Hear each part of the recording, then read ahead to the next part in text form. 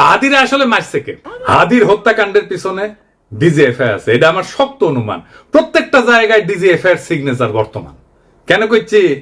কারণ ওয়াকারের প্রতিপালক আর ডিজিএফআই হাদির ঘটনা নিয়ে একদম প্রথম থেকে উদ্দেশ্যমূলকভাবে মিথ্যাচার করতেছে। কিভাবে? একদম দেখাই দিই চোখে আঙুল দিয়া। ঘটনা ঘটে শুক্রবার 12 ডিসেম্বর দুপুরের দিকে। ঘটনা ঘটার সাথে সাথে এই ওয়াকারের প্রতিপালক আসল অপরাধীকে আড়াল করার জন্য কইল কি ভারত থেকে আসছে নাকি 80 জন শুটার বানোয়াট গল্প প্রচার করলো। কিন্তু ডিসেন্টের অনুসন্ধানে আসল অপরাধী বের হয়ে আসলো, আদাবরের লীগের সন্ত্রাসী যে জেলে ছিল, তারা জামিন করাইছে বিএনপির নেতা। তারপরে কি হলো? ঘটনার ঠিক পরের দিন সে অপরাধীর অবস্থান সম্পর্কে ভুয়া ডাহা মিথ্যার তথ্য ছড়ায় যে অপরাধীরা 12 ডিসেম্বর শুক্রবার সন্ধ্যায় ভারতের গুয়াহাটি পৌঁছে গেছে। অথচ আবার সে নাকি এটা আবার হোয়াটসঅ্যাপ ইন্টারসেপ্ট করে পাইছে। চিন্তা করেন। অথচ অপরাধ ঘটে দুপুরের দিকে ঢাকা থেকে রওনা দিয়ে সন্ধ্যায় আসামের গুয়াহাটি পৌঁছানো সড়ক পথে অসম্ভব একটা ঘটনা।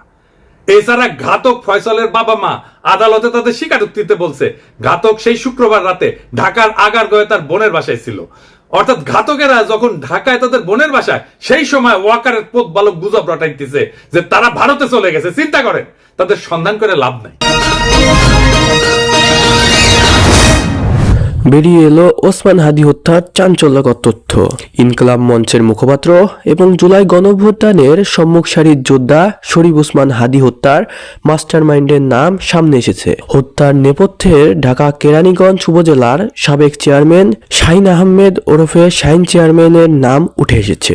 গোয়েন্দা সূত্রের দাবি, কিলিং মিশন বাস্তবায়নের অর্থ এবং অস্ত্রের যোগানদাতা ছিলেন তিনি নিজেই। এছাড়া চাঞ্চল্যকর হত্যাকাণ্ডে শাহিন চেয়ারম্যানের সহযোগী হিসেবে আরো কয়েকজনের যোগসূত্র জানতে পেরেছে তদন্ত সংশ্লিষ্টরা, যাদের কয়েকজন নিষিদ্ধ ঘোষিত ছাত্রলীগ নেতা।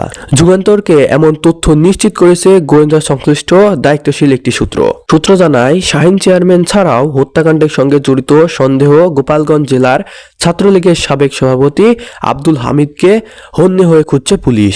প্রাপ্ত তথ্য অনুযায়ী হাদির উপর হামলার পর ঘাতকদের ঢাকা থেকে সীমান্ত পর্যন্ত পালিয়ে যেতে সহায়তা করে এই হামিদ। জুলাই বিপ্লবে শরীফ ওসমান হাদির ভূমিকা এবং গত 5 বছর আগস্টের পর থেকে তার বিভিন্ন বক্তব্য ও সামগ্রিক কর্মকাণ্ডে ফ্যাসিস্ট আওয়ামী লীগ চরম ক্ষুব্ধ ছিল। দলটি হাদিকে আওয়ামী লীগ এবং তাদের দোসরদের জন্য বড় বিপদ হিসেবে চিহ্নিত করে। এরপর হিটলিস্টের প্রথম টার্গেট হিসেবে হাদিকে হত্যার ছক কষা হয়। আইন শৃঙ্খলা বাহিনীর একজন কর্মকর্তা যুগান্তরকে বলেন, কয়েকটি হোয়াটসঅ্যাপ কল এবং খুদে বার্তার সূত্রে হাদি হত্যার চেয়ারম্যানের সম্পৃক্ততা পাওয়া গেছে।